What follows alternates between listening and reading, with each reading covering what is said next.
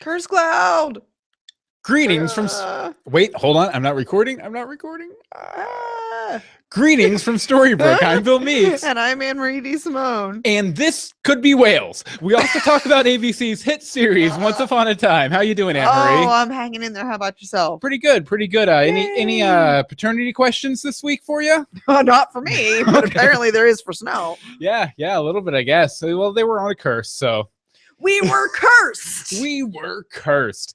No, but we're here to talk tonight about ABC's hit series, Once Upon a Time. As per usual, I guess I should get this graphic out of the way. Take because the graphic down. If you didn't know, we generally record these every Monday evening at 8:30 p.m. EST. What day is it? What's going on? Live on Google Plus. And so let's see here. You know what? I think we should probably just go ahead and get into the discussion. So why don't you take us away with the rhyming episode summary? I will take us away, that's for sure. Take us away. Okay. Our Storybrooke citizens are under a curse. That's happened before, but this time it's worse. All of the good guys become their worst selves, except for dear Belle, who sleeps behind shelves. Emma and Snow Queen history. We even solve the Snow Queen and Storybrooke mystery. Plots are resolved and wrongs are set right in this week's new episode. Shattered Sight. Shattered Sight. Shattered Sight. Shattered Sight. The sightening. So the sightening? Yes. I don't even know what that is. The shattering. That would be shattering? That might have been a little better. So anyway, overall, what did you think this week, Anne-Marie? Wake up. Tell me what you think. I'm sorry. Tell me what you think. You fell asleep there. We're doing a podcast. Thank God it's over. Didn't like it too much, eh? No. I'm spewing some haterade on this puppy. Haterade. A little bit of haterade. There's been a lot of haterade this season. Yes. More so than last season, for sure. I know, and I was very dislikey of last season, but on an Elsa, you're not bringing much. Yeah. Much like last week, there was parts of the episode that I loved and were everything I ever wanted and more. But the stuff that I didn't love, I really didn't love. But, we like to keep a pretty upbeat, positive atmosphere on this show. And that's why Bill's sporting new hair, as everyone's pointing out. What are you talking about? You got some plugs, right? No, this is my natural hair. What are you talking about? Yeah, no. It's my natural hair, and these necklaces actually grow naturally. Yeah, they grow naturally in my drawer. But I thought it would be a good idea to go ahead and start with some stuff I liked. All right, start with something that was good. Okay, I thought Elizabeth Mitchell really killed it in this episode. I think she finally found her character. Like, where was this Snow Queen the whole season? She seemed, much more relaxed throughout. She seemed like a real person, and it's she one of the things I had a problem with about her performance was that it just seemed so flat and just like. Oh, and I know, the whole Frozen thing is part of the character, but it was still too much, too flat, too steady. But this episode, there were just very subtle emotional shifts where I was like, she has range. I can understand why everyone was like, you guys are going to love Elizabeth Mitchell. Yeah, I loved her for about 20 minutes. And I also thought she did a really good job on the death scene. It was kind of like I don't know, sort of like this manic depressive cyclone of emotion thing that she was going through, which I thought was really well done. And I thought, everything she said was great. It all tied her entire arc together thematically. Oh, it's tied up in a beautiful little packaging quickly. I just dislike the journey we took to get there. I really like the death scene. I really like the meaning behind the death scene. I didn't feel we'd earned it or she'd earned it. That character had earned it. You know what I mean? Could not disagree more. What do you mean? I hated that death scene. Oh, you didn't like the death scene at all? I hated it. I thought it was stupid, and as everything with once is lately drawn out. See, I thought you were going to say that you disagreed with the fact that it tied everything together. Oh no, it definitely tied everything together in a beautiful little package, or that and it's getting the journey wasn't so great. No, the journey was not so great. That I'll agree with. But the death scene, my note is, what is this big drawn out mirror shards tornado? Well, I think they paid for so many particle effects or whatever for this season that's why there were a million snowflakes in the opening titles and in the first couple scenes too. I guess, but yeah, overall, I really loved Elizabeth Mitchell's performance. The flashback was great. The especially once Emma and Elsa arrived in the Fortress of Solitude. Like I thought her performance was just really, really that strong. That was a good performance. I saw that. I felt like she was human. And it also felt that Fortress of Solitude.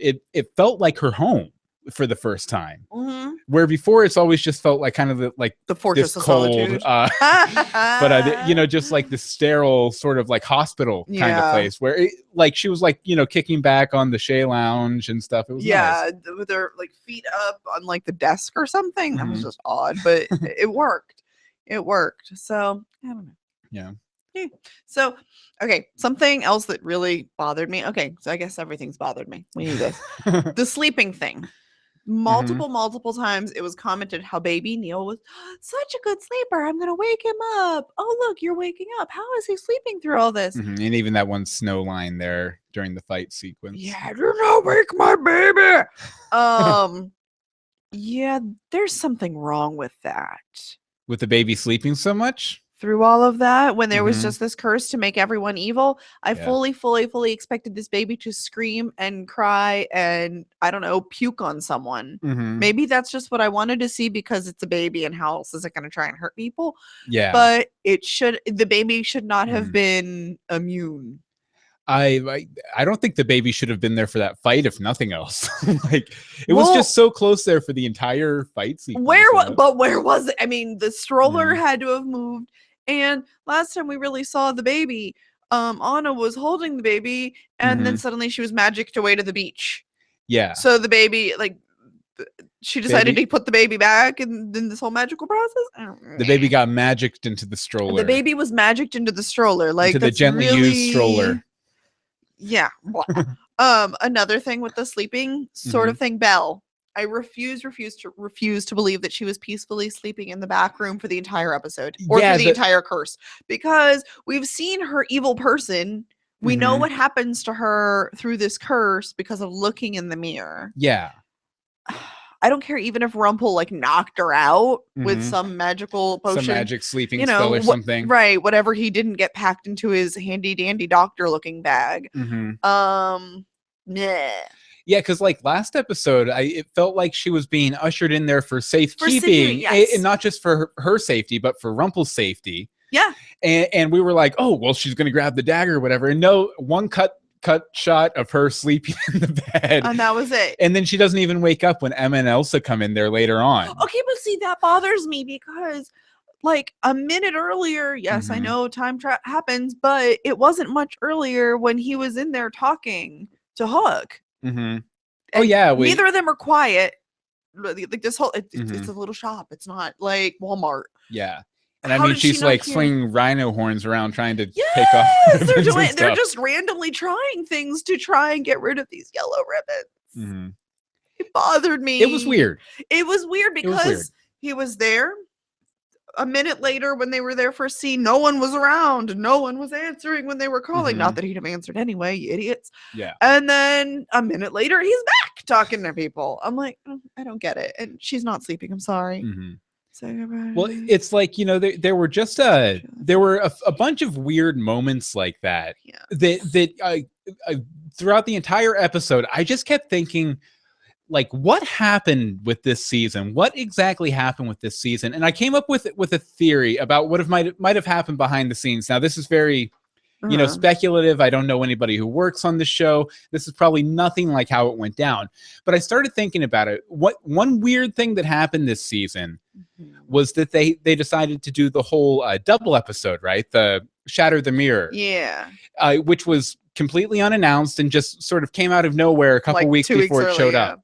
So I was thinking about it, and I think they realized a few episodes in that the Frozen storyline, the Snow Queen, was not working well. So I think what they did is this was meant to be the season finale or this mid-season finale.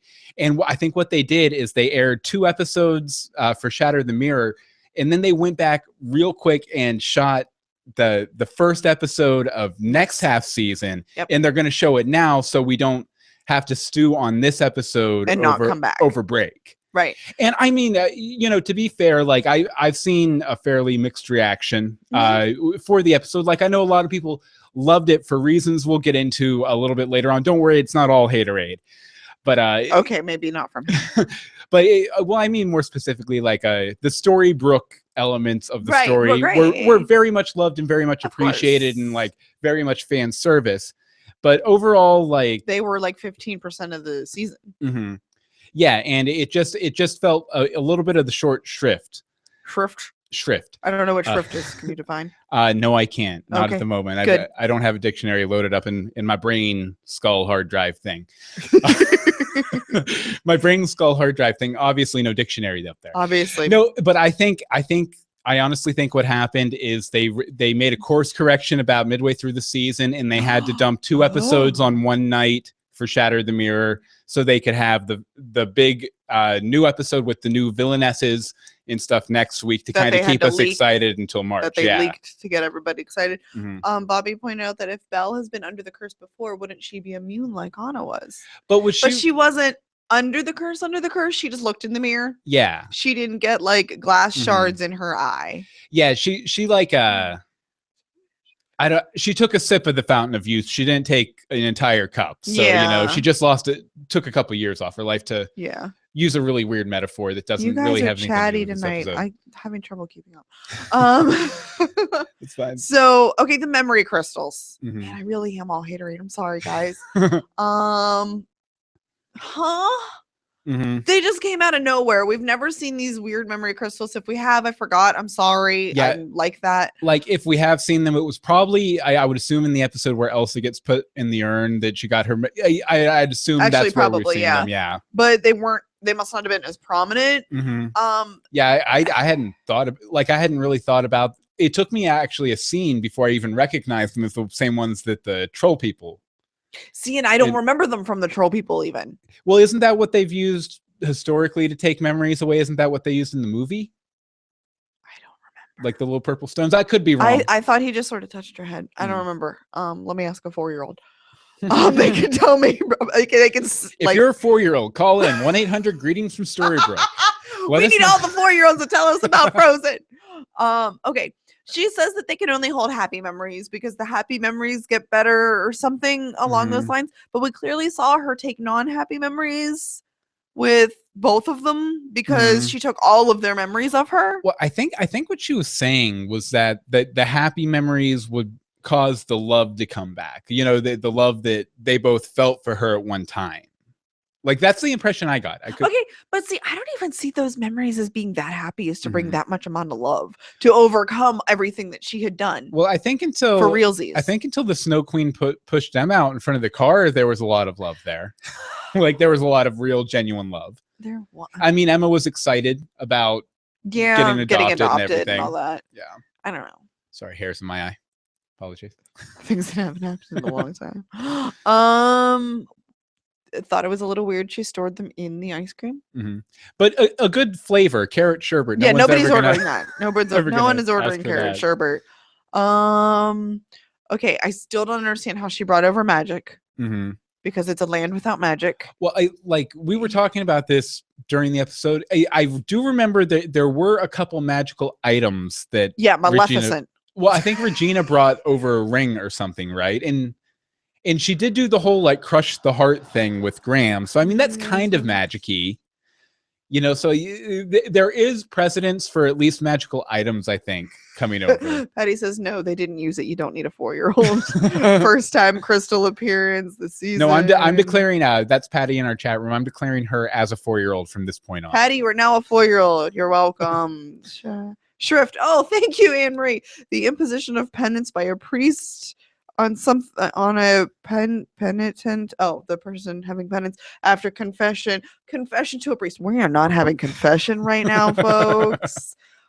We do not look to offend, so sorry we made a religious reference. Yeah, and there's also to get back on topic. Sorry. No, that's fine. But there's also precedence for there to be magic in our world, quote unquote, from the dragon, which will probably never be addressed again. So I mean, there is a precedent there. I forgot about him because it makes me sad that he's gone and we don't know anything about him. Not to mention, come to think of it, and this is completely again off topic, but Neverland, Peter Pan came and got Wendy and stuff. Peter Pan's magic, so technically this has been a land with magic since the 1800s, technically. Bad word. But anyway, speaking of those memory stones, I thought it would be interesting to point out, and that this will be in our show notes at greetingsfromstorybrooke.com. I wasn't done. Oh, go ahead. I had more points. Oh, sorry. Well, I mean, I guess the how/why thing doesn't really apply, but Anna and Elsa's mom was just carrying around a little one of these crystals and randomly put it on the letter. Well, I get the point why she put it on the letter to bring back all of the memories, blah, blah, blah, blah, blah, blah. She just carried it around with her, though? Well, I guess, that's probably something that she felt very strongly about not getting out, like something that she took great care to make sure that no one else found. So it doesn't surprise me for a long journey for her to take an item like that. Like, I mean, like, say, like, I don't know, you get your mother's wedding ring or something like that. Like, yeah, but, you wouldn't want to necessarily leave that behind on a long journey to,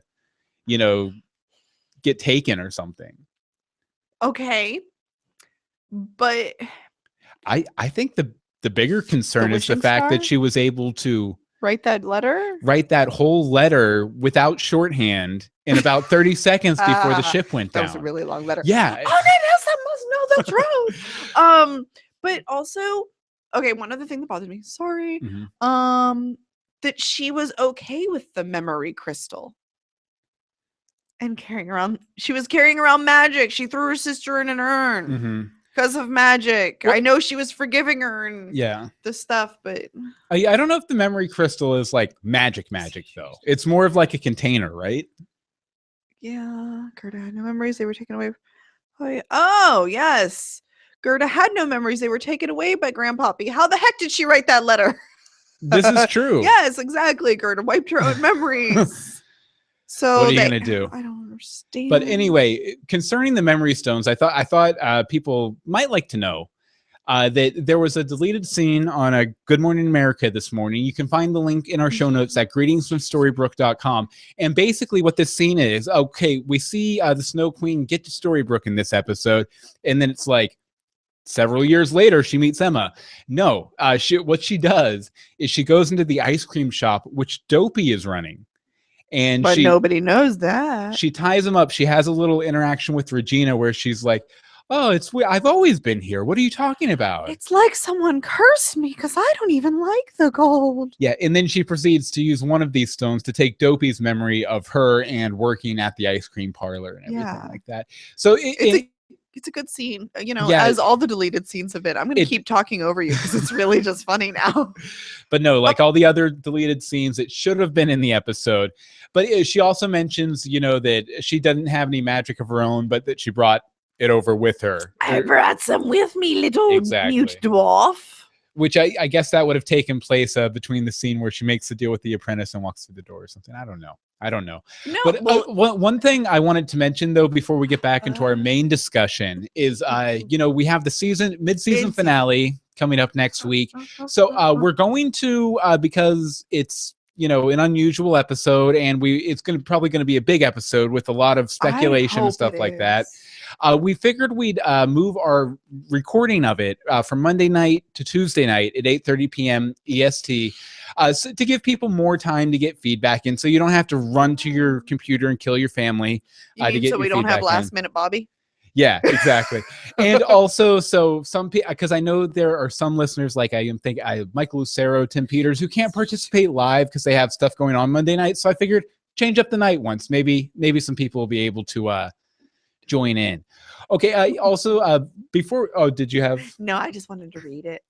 Okay, before we get back, we always like to have you guys go out there and go to iTunes or Stitcher Radio and leave us rhyming reviews like we do the rhyming episode summaries. Leave a rhyming review. Doesn't have to rhyme necessarily, but we like a rhyme. We do. And if you go to iTunes or Stitcher and leave one, we'll read it on the show like we're going to read Amanda Lloyd's right now. If you like Once Upon a Time, this podcast for you. They love Wands Drink Juice and asked for a rhyming review. Anne-Marie and Bill recap the remade fairy tales with rhyming summaries, episode commentaries, and arbitrary scales. Their supply of haterade will never expire. For Snow's Closed Tallahassee, and I know you're balefire. Favorite line. Full of mysteries like Henry's age and timelines that are complicated.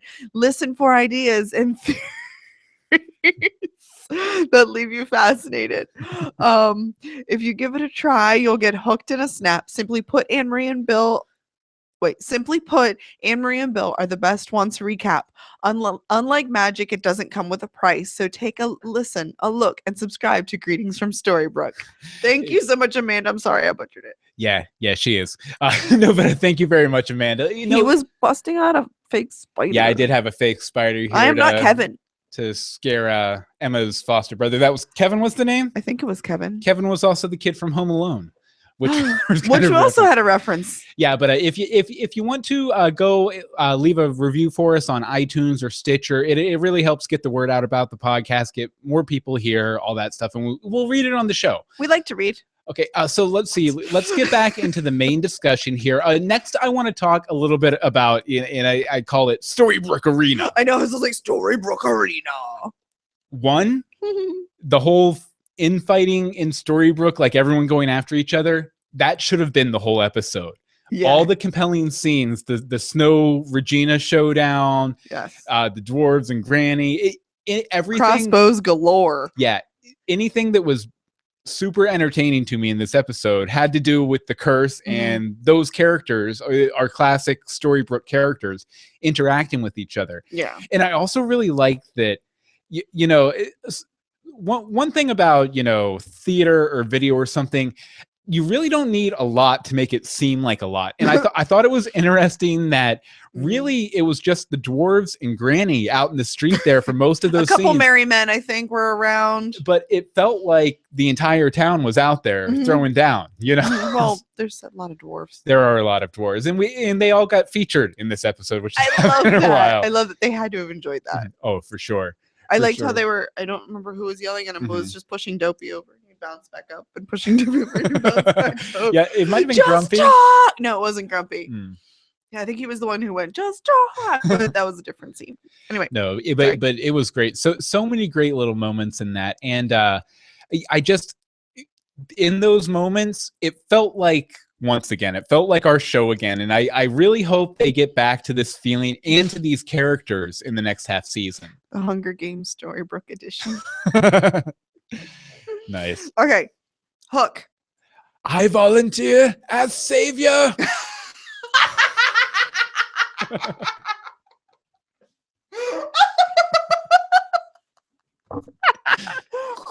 You have no idea how much I needed that. May the curse ever be in your favor.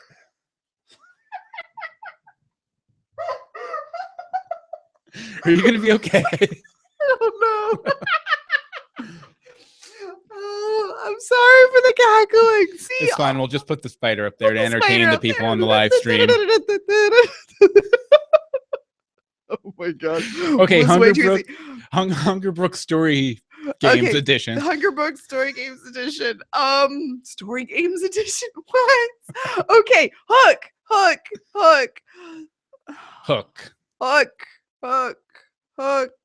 Why did we have to save him from the curse? I mean, okay, his heart wasn't in it. Did you mean like why does he have to be exempt? Yeah, that wasn't a good exemption. It affects your eyes. It doesn't affect your heart, which was tucked away for safekeeping. Although at least we know that Will definitely has his heart because he was affected by the curse. Well, not he necessarily. Could have just been drunk. Yeah, he could have just been a drunk jerk like he like a drunk person. Yeah. But yeah. It felt weird, and it felt like it was all in big service of, well, I don't know. It felt like Rumple was in a holding pattern. Like they were planning on something really interesting to happen with him this episode, and then they cut it. And so but they had to have him in the episode. So, we'll have him packing, and we'll have him send Hook after Henry. Little bottles. Here and there. Although I did like that Hook his ears kind of perked up when he noticed that Henry was saying that Emma had phrased it as them being together. She said we're together. I said okay. Sorry. Yeah. But let's see here. Okay, and something big headline. We probably should have started with this. The Regina Snow fight scene. Like, and Regina in particular, embracing her evil queenness. Like, she had a lot of fun with it. You could tell. Oh, yeah. Like, and this was the evil queen without any sort of real emotion behind it, just like that anger and that evil. Evil, yeah. Which is something we never really even got to see too much in Fairy Tale Land or Misthaven. But Misthaven. But it was kind of cool just to see her kind of like just cut loose, like completely evil. Like I phrased it snarly goodness, and it was also kind of interesting to see sort of an amped up version of her Storybook character in Storybrooke. Yes. Like, because we haven't seen, besides Elsa and Anna, we haven't, in the Snow Queen, and everyone from the season, we haven't really seen a lot of Kristoff. Costuming and attitudes from the old land come into the new land, really. Well, because nobody else, they're the only new ones who've come in this year. Well, I guess besides your random mobs with pitchforks and fire and stuff. Yeah, that completely disappeared. Okay, one thing I really liked with the Charmings and the Snow White, nope, she is a Charming, the Evil Queen and all that, when the curse broke, that was fantastic. With the whole, what am I wearing? And the three of them just literally fall over laughing. Personal theory is that wasn't scripted. Like that was an outtake. That was something? Maybe an outtake, or improv. They just happened to have, they were rehearsing maybe, and it happened, and it was just that good. Yeah, because it was amazing. Like their facials and everything was just like real. Oh yeah, it was very naturalistic. It was very natural. Yeah. Yes, that's the word, natural. Something though that I thought, and I mean, obviously they were cursed and everything, but I thought it was a little unfair of Regina to say that all Charming has ever done in their entire adventure together through life was whine. Because I mean, he's done a lot. Then he whined about it. But I mean, he's broken it. He broke into the castle. Yeah, I mean, he kissed Snow White to save Snow. Well, yeah, got it. And I mean, him and Snow together took over the entire kingdom. And I mean, I think they were equal partners in that, really. Like, they both contributed just as much. And I thought it was a little reductive of cursed Regina to say that all Charming was cursed. But to say that all Charming had done was whine. I thought Philosopher Charming deserves a little more than that. Yeah, well, she wasn't really around with Philosopher Charming a lot since curses lifted in Storybrooke many moons ago. I suppose so. Yeah, I guess. And I also thought that the fight, if nothing else, it might have been maybe the most violent fight they've ever had on the show. Like, I mean, like throwing them across desk with monitors and through glass, and even when Emma and Elsa went down there for that whole thing into the crypt, and like she got thrown back against the wall by Emma and stuff. A lot of pain dished out on the Evil Queen this episode for sure. Meh, she's dished out plenty of her own. She had it coming. She had it coming. Okay, when the stars in the sky align with the stars in the hat. What? Hello, random out of left field. That line, okay, so obviously... Well, here, replay that line to me, or like clarify that for me, because I don't actually remember that line. I don't remember it, no. Oh my goodness. Okay. I didn't do my third watch through. That's why. Your third watch through? Rumple, when, the packing of the bag and they're going to wake up in New York City or whatever, one of the lines he said is when the stars in the sky align with the stars in the hat. And I'm sure there was more to it, but that's all I was able to write down. Oh, so that's why he can't use the hat yet? I did. So exactly. Question mark. Yeah. So my questions were, is it full? And shouldn't it have been full last week then? Because unless he's added more people to it, there's not that many magical people. Well, yeah, he said that the fairies would charge it up for what he needed. Whatever he's doing with it. Can we please get a flashback to find out how the hat works? Like there needs something. I'm sure we're going to find out next week when everyone comes spewing out of it. Yeah, I was going to say, I don't know if we'll get a flashback. I'm sure we'll get a practical demonstration. Yes. What is with wanting world domination?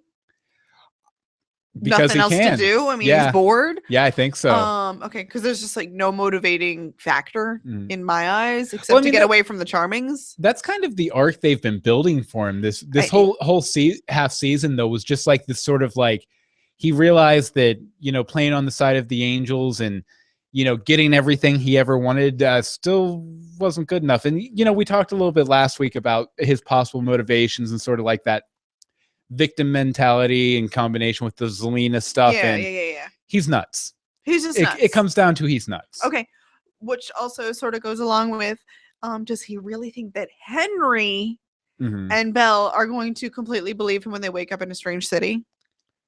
Well, That he saved them and that the rest of the town destroyed itself? I'd assume the magic will take care of that, because he said that he was gonna like basically like mind wipe them, right, or do like kind of like the curse that was on Henry when they were living in New York City. You know, That's true.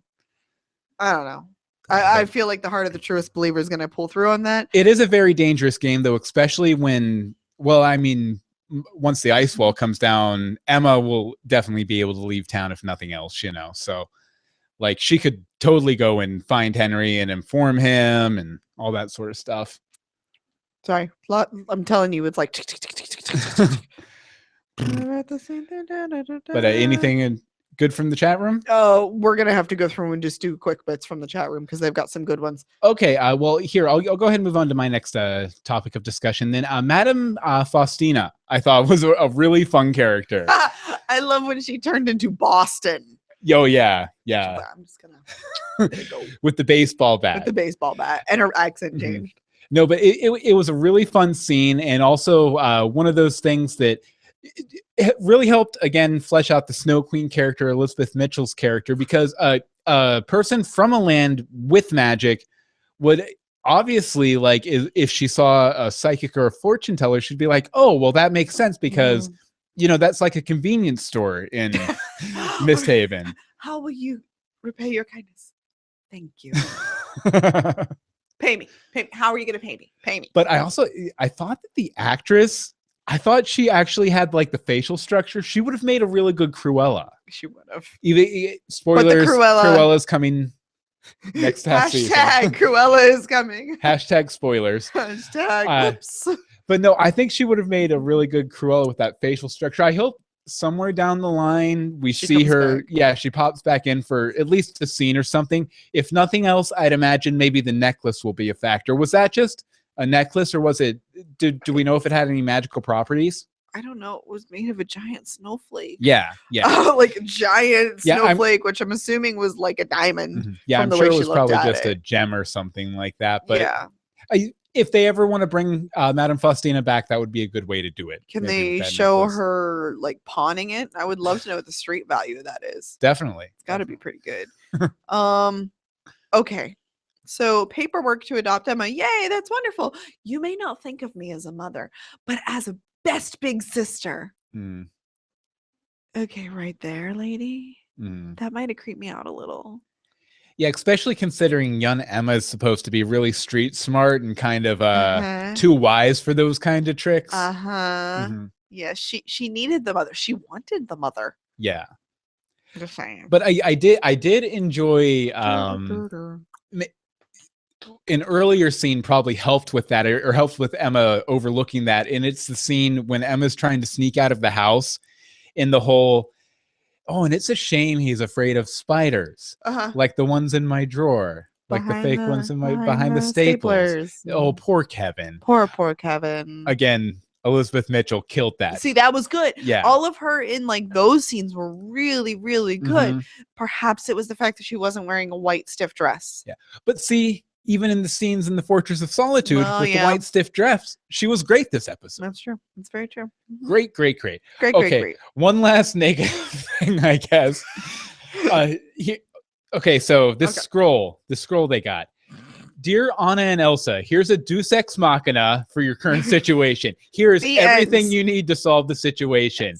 Yes. It just, the whole scroll thing just bugs me. I know they set it up earlier in the season. They put the gun in the drawer. It was the opening scene. Yeah, they put the gun in the drawer and they pulled it out in this episode. But it's just the way it got there. It was just kind of contrived and very, like I was talking about last week, conveniences that benefit the characters extremely. You know, they just happen to get, like Anna and Kristoff just happened to get zapped back to the beach, where the bottle just happened to get sucked through last episode when they happened to get sucked through a magical portal. And then we need another portal now. And then Anna happens to know where the Fortress of Solitude is.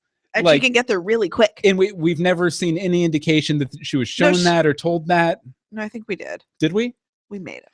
But, she just happens to go there and just happens to read this letter that happens to list out everything the Snow Queen needs to hear. You need to hear this too. But I mean, to realize her mistakes and make the ultimate sacrifice there at the end. It just it all seemed, just too tidy. It was too easy. Mm-hmm. This ended way too easy. Yeah, especially because when Anna showed up, like the Snow Queen was about to convince Elsa and Emma like that she was right, and it was all that's cool. Okay. And you should be my sisters. And they were about to be like, okay, that's cool. And right. And then Anna shows up with this scroll, like they're like, hold on. Mm-hmm. Touch this crystal, all will be well. And yeah, I mean, that's not the only scroll in this episode too that had a lot more information than you would think. Also, the apprentice's scroll that he gave to the Snow Queen was kind of like that too, just like a super long scroll that had, and Emma will be 14 here and 28 here, and here's how to get to Storybrooke, and then turn around 3 times and say whoop-de-doo, all that stuff. And it just like just these turn infinite around and scrolls. spit on this corner. Mm-hmm. Yeah. But one other thing that I thought was kind of messed up about that last scene with Anna was the big moral of that whole thing was family never gives up on each other. Even if you're being Jedi choked. Yeah, Jedi choked. Or, I mean, the 30-year thing that the Snow Queen has been doing, like, I don't care if you're related to me by blood or not. Like, I'm not going to stick around for an abusive relationship. No, there is no need for that. Especially with my aunt. Not even, like, close. Especially with my creepy aunt. Creepy aunt. Yeah. The psycho. But, not the best episode. No, obviously. I feel like we flew through all of our points and there wasn't much that was happy. How are we on time? Yeah, we flew. We flew. Yeah. We flew. Would you like would you like to play some random lines from the why don't we read off some stuff from the chat here? I think the sorcerer is guiding the coincidences. I could see that. Or whoever wrote the book. Yep. Remember in season 1 when it was incredibly hard to world hop? I thought Ingrid was a psycho. It looked like Zelina's necklace from Claire. My first thought was the curse breaking was the makeup nap due to the charmings. There was a friend's comment. Hold makeup nap. Zippity doo da. Doop, doop, doop, doop, doop, doop, doop. One says we were cursed. Is the new Friends? We were on a break. I don't know if you get. I don't know if you watched Friends. I did. You did. Okay. She also said, "What am I wearing in the vault?" Yes, but it was nowhere near as fun as this one, or is that one? If Roland could I be watching more Friends? Go ahead. If Roland was with the knave, what happened to him? Last week, yeah, that's true, because the knave shows up. He was supposed to be watching the kid. Hammered. Yeah. Last week you were wondering why Rumple was immune. I think he's immune because he's already all evil, so it just didn't affect him. The back of Bill's head is looking very hip. One good bit of continuity was Hook being immune to the curse from not having his heart. Will was immune to Jafar's spell and the Jabberwock's influence because he didn't have a heart. Very true. So, which could be relevant because with all the Wonderlandness that we all, Blair basically told us is coming. Okay. Out of 157 infinite scrolls, how many infinite scrolls would you give this episode? I'm sorry, how many? 157? I have to type that. 157 infinite scrolls. 157. 157 infinite scrolls. That is not how you spell that, but y'all are just going to have to deal with my spelling. 100 maybe? 100? Why? 75. 75. Did you not see this haterade I just spewed all over this microphone? I think I hate this more than Tallahassee Watch 1. Really? I feel like I do. Strongly about it. I feel like I do. I feel like I do. I mean, let's go through my points. There was not a happy among them. Yeah. If you need more backing evidence, see the previous episode. 40 minutes. Yeah. But how about you? 157 infinite scrolls. What you got? I think I'm gonna have to go with 87. 87? Okay, 87. A little more. And 80 of those are strictly for Hungerbrooke story game edition or whatever. Just like I said, those scenes, the scenes with the dwarfs fighting and the charmings and the Regina's in the jail cell. Mhm. Those felt like once to me. Those felt like the show I fell in love with 3 or 4 years ago. Something like that. And like it just like I just really hope they can get back to that place. And I also Going back in time. I also thought those moments felt a little self-aware, which I thought was kind of cool too. But in a total fan service. But the whole plot with the Snow Queen and the Frozen thing, same complaint I've had for the majority of the season. It feels like a really good rough draft of a Frozen tie-in story, but it just didn't add up to 157 Infinite Scrolls for me. Jasmine gives it 25. 25, Jasmine, did you just like the opening credits? She liked all the particle effects. Yeah, the particle effects. Hope gives it 135, and Amy gives it 100. 100. Interesting. Very interesting. Lots of varying degrees of thought. Yeah, well, just a reminder, we'll be recording our reactions to the mid-season finale next Tuesday, 8:30 p.m. EST over on the Google Plus. Just follow me on Google Plus, google.com/+BillMeeks if you want to check that out. Hopefully we will like it a bit more than we did this week. We have to. Okay, but we have some news and some letters and stuff. But first, why don't you tell them about, because there's a new episode of my short-run Dog Boy series, Eye of the Scarab, coming out this week. Why don't you tell them a little bit about the series and about this week's episode? Okay, so the Dog Boy series is this super duper cool young adult 17, no, not 17, 14. Yeah, I can't talk. Why do I do podcasts? He's a superhero. He's defeating the people. There's some craziness going on with the mayor. It's all I got for that. So Volta City is a timeless old town, but time catching up to it. Old friends and old enemies close in around Bronson Black, and an impossible choice hangs over him. As the modern world bleeds through, Dog Boy considers the past. His decision could spell the end of his crime-fighting career. But maybe that's a good thing.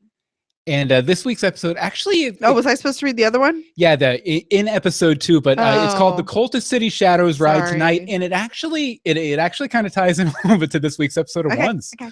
When the Cult of City Shadows, including girl reporter Cindy McNeil, wake up in an underground arena, they face off against a group of extraordinary teens. Can the shadows iterate through the cycles, or will they become brainwashed soldiers in Mayor Lane's super-powered army that I almost read sugar-powered? They are sugar-powered as well. No, but because it's kind of like an arena sort of Thunderdome kind of thing with super-powered teenagers. One of them, actually, for people who know the listenership of this podcast, his name is Hawk. Now, some people might know that we have a listener named Bobby Hawk. Bobby Hawk suggested the power for this superhero, which basically it's a superhero that can see, or a superpowered teen who can see every moment in time where he's standing. So if he's in a room, he can see every moment that ever happened there. And I kind of modeled him off of a young Mel Gibson. So you're welcome, Bobby. But if you want to pick that up, episode 2 is out this week. Episode 3 will be out in a few weeks. It's bit.ly/Eye of the Scarab. And now on to the news. News. I was going to read more scrolls. Okay, we have some more scrolls. We're going to go back. Okay, Patty gives it an 80%. I think Patty just doesn't like to pick a number. Bobby Hawk gives it 122. Monica Jones gives it 130. And Aaron Schmeling says 140 scrolls. And I cried. Does anybody have a heart or a soul? We don't. We don't. It's well known that no podcaster has a heart or a soul in the history of humanity. At least on this one. Okay, let's see here. First, we'll start off with ratings as we normally do, and you can find the links to all of these stories in our show notes at greetingsfromstorybrooke.com for the show notes for this week's episode, 103, I think, and the ratings. 103. Once Upon a Time, it got 6.1 million, 2.0 share, which dipped 5% and a tenth overall. So they didn't pick up those losses they suffered last week. No.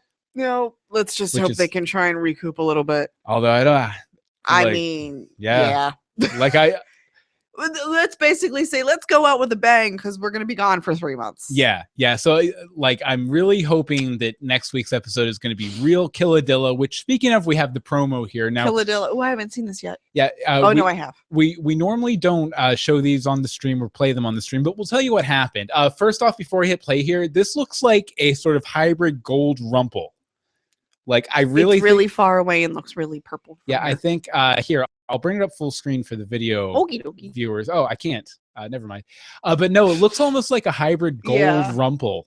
Sort of like maybe he's reverting back or something. But let's play it next Sunday. And there's some more Belle. It looks like they're going up to the town line. Gold talking to Regina. Lots of hugs. More goodbyes. Back through the door from the apprentice had. Then Cruella, Maleficent, and Ursula. And more freaking snow. Let it snow. Let it snow. Let it snow. No, but it actually looks fairly okay. Yeah. I'm really, my wish is that Anna and Elsa get sent back through the door 10 minutes into the episode. At least, yeah, 5 to 10 just because, I can't see what them being in Storybrooke for an entire other episode would do. What it would add to the story at this point. It's not. We're done. Go back. They both actresses were great, and all the actors, and Kristoff, and everything. Yeah. And I enjoyed their portrayals. I enjoyed the takes on the characters. Your time's up. Your time's up. Better get back through that multicolored door. Yeah, that's all I have to say. Go back to Orlando. And but that's okay because they'll be walking right into the first official Frozen sequel that's going to premiere before Cinderella, and it's called Frozen Fever. Frozen Fever. Frozen Fever. Catch it. Like rickets. Really? What? Rickets? I don't know. But is there a trailer? No, I don't think there's a trailer. There's a couple stills and stuff here that are interesting. But yeah, it's going to be the first Frozen story set after the movie, and it'll be a short film before the live action Cinderella that's coming out. So this short is going to take place in Storybrooke. If it's the first thing right after the movie. Well, I guess technically, yeah. Was there anything? No, it was straight. I know, but was there anything that we've seen that they have now that they could potentially take back into the Frozen franchise with them from Storybrooke? The scroll with the memory. Oh yeah, thing. I guess right. Yeah, there's a lot. Yeah, and they're never gonna do it. You don't think? No, no, yeah, probably not. So everybody, let's all just take the past 4 months storyline, ball it up, and go. Is gone. Suck it out with the memory rock. He's gone. But you can find links for all those stories we just talked about at greetingsfromstorybrooke.com. And we'll end up with some listener feedback here. Now, as always, next week, you don't have to run. You can trot to your computer and email us with your thoughts on the mid-season finale. greetingsfromstorybrooke@gmail.com. Twitter's @GFStorybrooke. The Facebook is facebook.com/greetingsfromstorybrooke. And the voicemail number is 424-274-2352. Again, that's 424-274-2352. And before we get to the voicemails, I believe Anne-Marie has something really funny from the chat room. So Hope points out that the dog is not Pongo because Pongo doesn't have that much black on the face. Set reports that Belle is getting a Dalmatian of her own. And Patty says, does Rumple give her a dog to make up for the lies? Nice. Maybe he gives her that stuffed dog that Emma found this episode. That was way too convenient. But actually, before we get into the voicemails, we have these small bits here that we should probably do. Yes, small bits. Yeah, these are sometimes we don't have enough time to get to all of the letters that you guys send in, but we put them up on a blog post at greetingsfromstorybrooke.com, and we feature some of them here. I guess I'll start. Elizabeth is shipping Anne-Marie and Bill. She calls it Annabelle, and it does have a ring to it. It does have a ring to it. Chris Tipton thinks that the 80s psychic got away with quite a freebie. Wonder what the going rate at the pawn shop was for that necklace. Jasmine was making Robin Hood face through the entire episode. Us too. Us too. Rachel thinks that Jennifer Morrison seemed a little embarrassed by her lines, and I can totally see that. Yeah, a little bit. She seemed uncomfortable. A little bit. I think a couple of the actors seemed that way a little bit. Yeah. So this is what's happening here. This is how we're gonna. Oh. But that could have just been us reading our own biases into it anyway. You know what I say? I say we let Bobby Hawk tell us what we should think. All right, Bobby Hawk. Hey, Bill and Anne-Marie, it's Bobby. While it doesn't quite make up for this past half season of shows, this last episode did a pretty good job of trying to tie everything up and answer any timeline questions or anything like that. I really enjoyed the flashback scenes between Ingrid and Emma. I know the curses have become old hat, pun intended, but it was cool to see how the residents reacted to each other when the curse broke out. Specifically, specifically Snow and Prince Charming, Snow and Regina, and then how the dwarves were acting to each other. I laughed out loud when Doc was looking at Dopey and just being like, just speak already. Once again, I thought the actresses portraying Anna, Elsa, and Ingrid did a great job, but I am glad to see Frozen finally go back to Arendelle. I will say I'm getting tired of everyone having to be connected to someone on the show as far as the villains go. They all have to have mommy or daddy or family issues. It's like every one of the villains' MO is just like, I want to be loved. Is that so wrong? So I'm kind of looking forward to Maleficent, Ursula, and Cruella coming to town and not having any ties to anyone whatsoever, please, so we can just sit back and revel in their villainy. Oh, and by the way, I totally nailed what was on the note in the bottle. Very much so, Bobby. And thank you. Yeah, and I really hope, this trio of villainesses, are like drawn in Sharpie instead of pencil, like some of the villains have been. I want them to be bad, bad, bad, and love being bad. Right. It'll be good. I'm excited. Okay, let's see here. Next up is from Dawn. Hi, Dylan and Marie. This is Dawn of War. How are you? I just finished watching the episode. That was nice, wasn't it? It was nice. There were some issues if you look deep into it and analyze it too hard, but it was a nice story. I enjoyed it. I'm hoping, I had a couple of points I wanted to make. First of which is that I'm hoping that you guys have come around and understood now that the awesomeness of Elizabeth Mitchell. You have to, right? You see it now, right? You see it. Definitely. A little bit. Definitely. She's awesome, right? You love her. Don't you love her now? You love her. And the other point that I wanted to make was that seriously, worst mayor ever. She's left the people to fight in the streets. She didn't tell them to take precautions. Nobody has supplies. Snow don't care. She locked herself and her husband in the jail and let the rest of the town fend for themselves. Worst mayor ever. All right, that's all I have to add to this conversation. But overall, it was awesome, right? It was awesome. Elizabeth Mitchell, she's awesome. Right, bye. Thank you. Thank you, Dawn. And it was great to hear from you as always.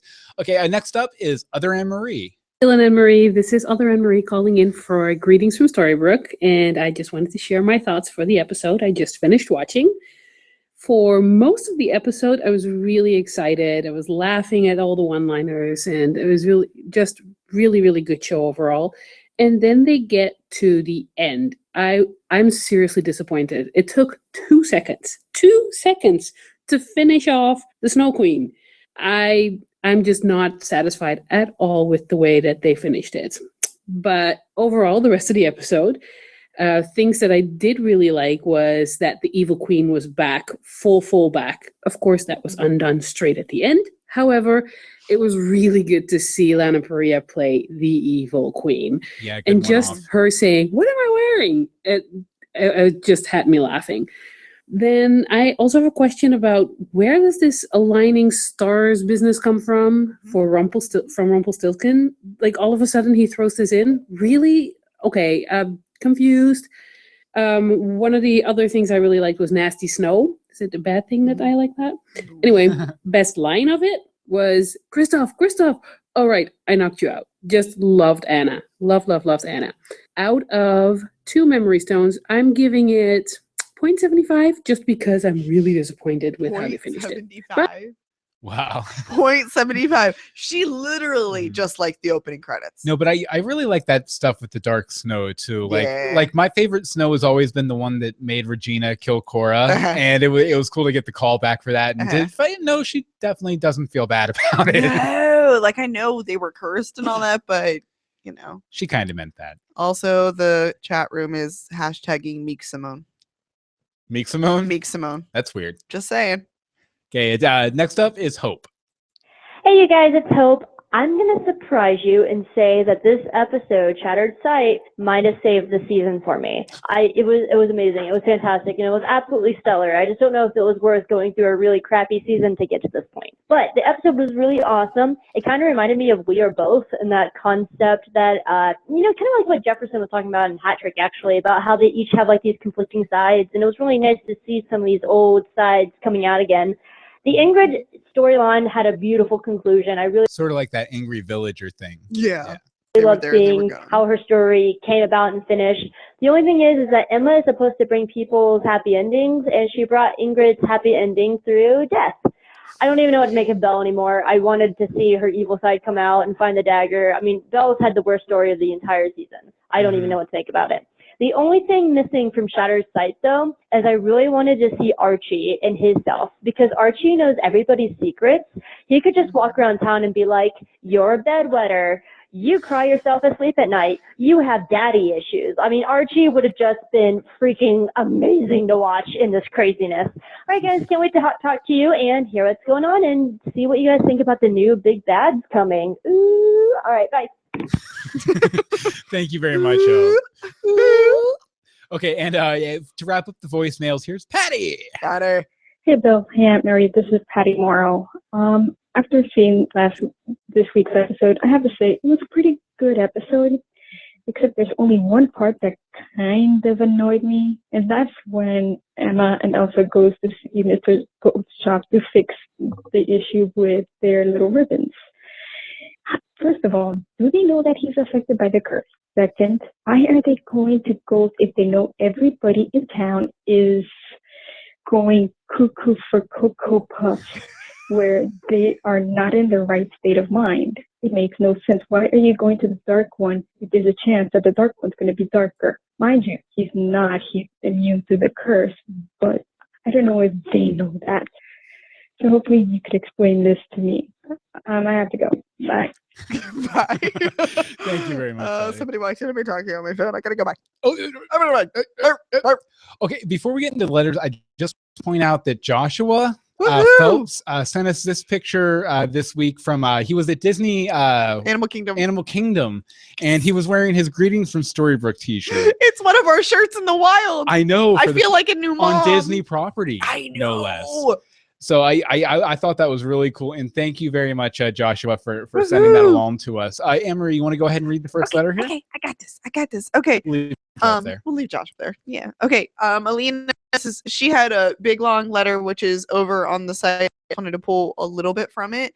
My theory is Bella knows that what Rumple is up to, and she's going to stop him and somehow release everyone who is sucked into the hat, because I believe Maleficent, Ursula, and Cruella de Vil are also in the hat, and then they are going to be the next villains they face. Oh, I like that. See? Mm-hmm. See? Mm-hmm. Mm-hmm. You want to read the next one? You want me to, you're doing stuff over there? Yeah, I have something I'm doing. Okay. All right, this one's from Rain. Hi, Bill and Anne-Marie. It's me again, Rain. I feel like going, it's me, Mario. I just want to share my insights about Shattered Sight. Good things first, it's nice to see Regina back in her evil queen costume. I LOL'd a lot when she reacted, what am I wearing? Twice in this episode. I also love that the message in the bottle just simply contained Gerda's message for her daughters and for her sister, and not some surprise counter spell for the curse. True dat. Also, yeah, that would have been even more convenient. That would have been way too convenient. Also, there's a Dalmatian plushie. Yay! Now the off parts. Why didn't they just pull each other's hearts out and seal it with whatever to get away from the curse if it's that easy? That's very well. Maybe it didn't occur to them. I don't think Regina wanted to. I mean, I was going to say, I don't think Regina wanted to go around pulling people's hearts out, but that's kind of her deal. It's kind of her thing. Anyway, the actor should have let Hook affected by the curse too, since he's useless in this episode anyway. Also, I was really expecting Regina and Robin fight. It's too bad we didn't even see Robin. I also miss Ruby and Granny's season 1 fights, but we only saw Granny fighting a dwarf. Mm-hmm. In the flashback scene, Ingrid knows our world has no magic, yet she still forced Emma to stop a car. I think the writers ran out of ideas on how to make Emma mad at Ingrid, and this scene was really odd. I think they just didn't like the actress who played young Emma, and I love the actress who played. Her. Stop that. Speaking of that rule, the absence of magic in our world seems not absolute, but there are still exceptions. Ingrid was able to get Emma's memories in Magicless Storybrooke. Regina was able to use Jefferson's hat in Magicless Storybrooke, and the dragon has magic, etc. Lastly, I don't know why, but I felt Ingrid's redemption was too rushed. Ding, ding, ding, ding, ding. Too rushed that she was immediately decided to kill herself. I feel this episode should have been the double episode so that I could see more fights and more time for Ingrid to gradually redeem and reverse the curse. Agreed. I'm kind of half-hearted about this episode, though.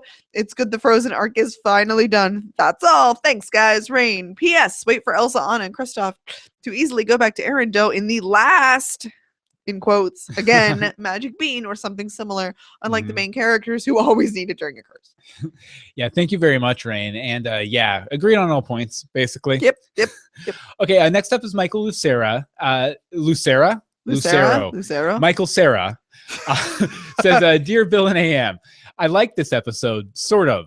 The Snow Queen realizing how much she'd screwed up and sacrificing herself was a really nice touch, but I felt it could have been so much better. It was good as a plot point, but I felt like that's almost all it was, a plot point. Because the much hyped up curse did not really seem to pose much of a threat, her sacrifice did not really feel necessary. The curse, as we saw it, felt more like a minor annoyance for the town to overcome, rather than the cloud of doom it was billed as. And they spent too much time on Snow versus Regina. We already saw as much of that as we needed to. Why not use this opportunity to show some people we haven't seen in a while?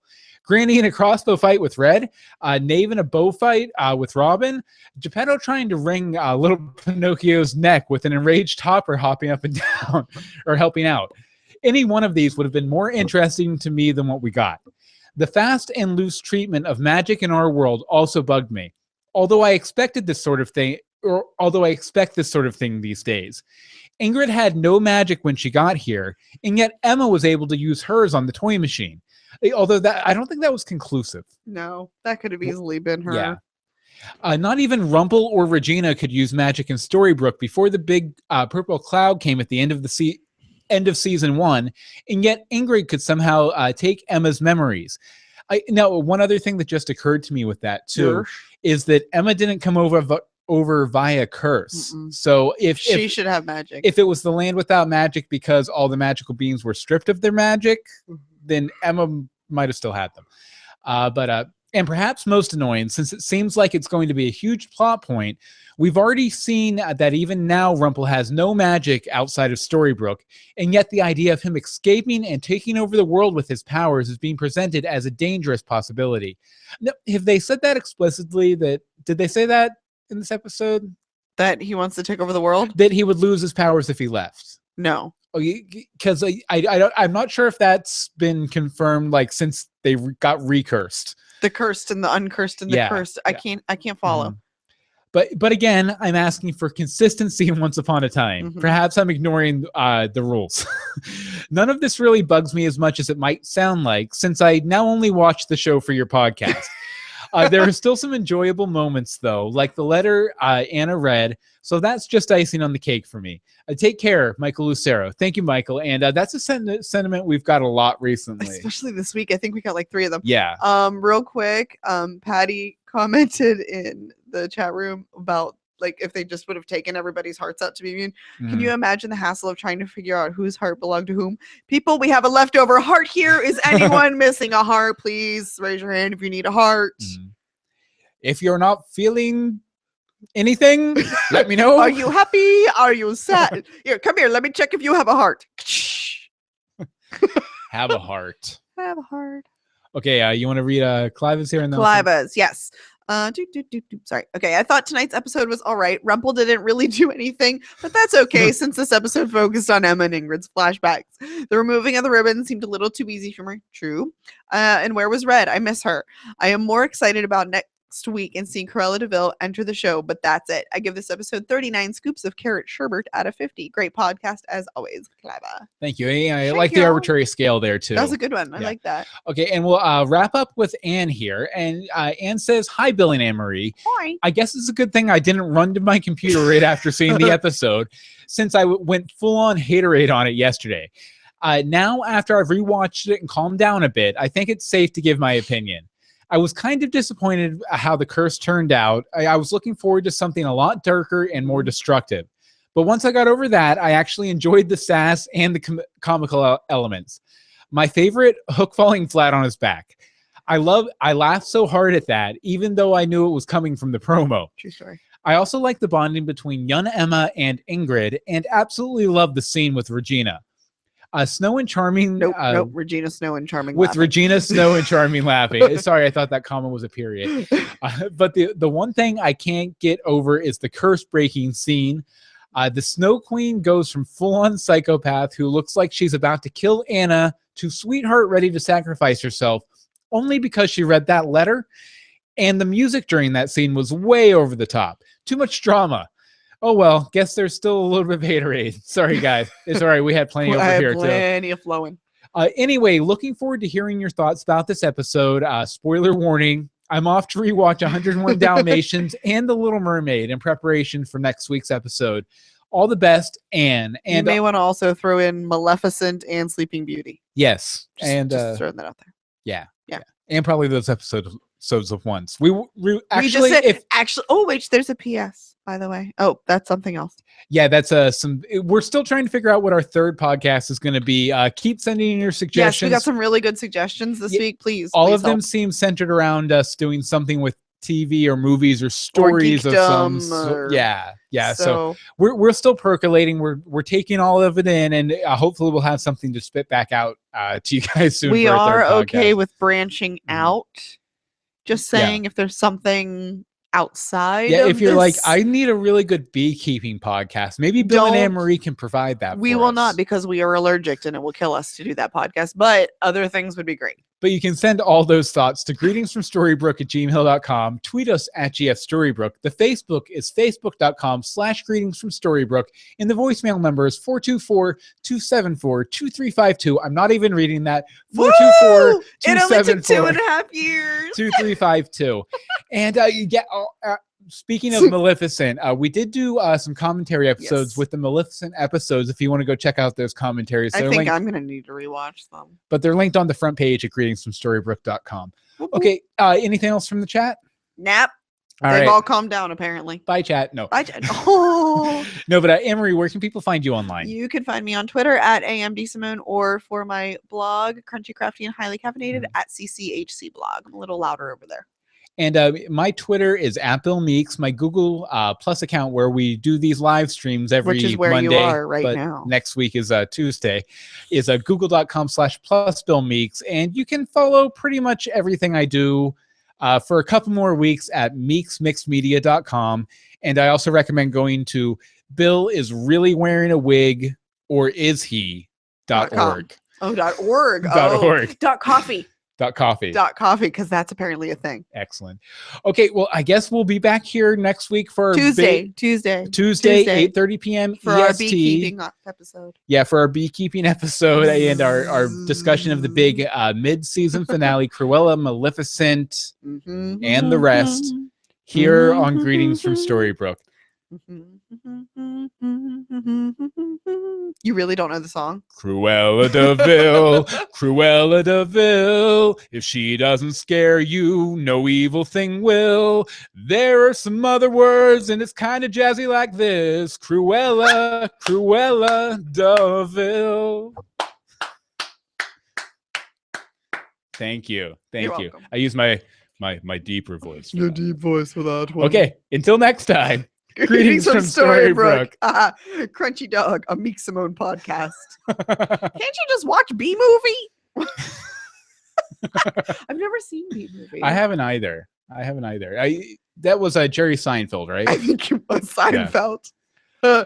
Thank you very much, Bye, guys. We had a good. Hold on, wait. Woo! There we go.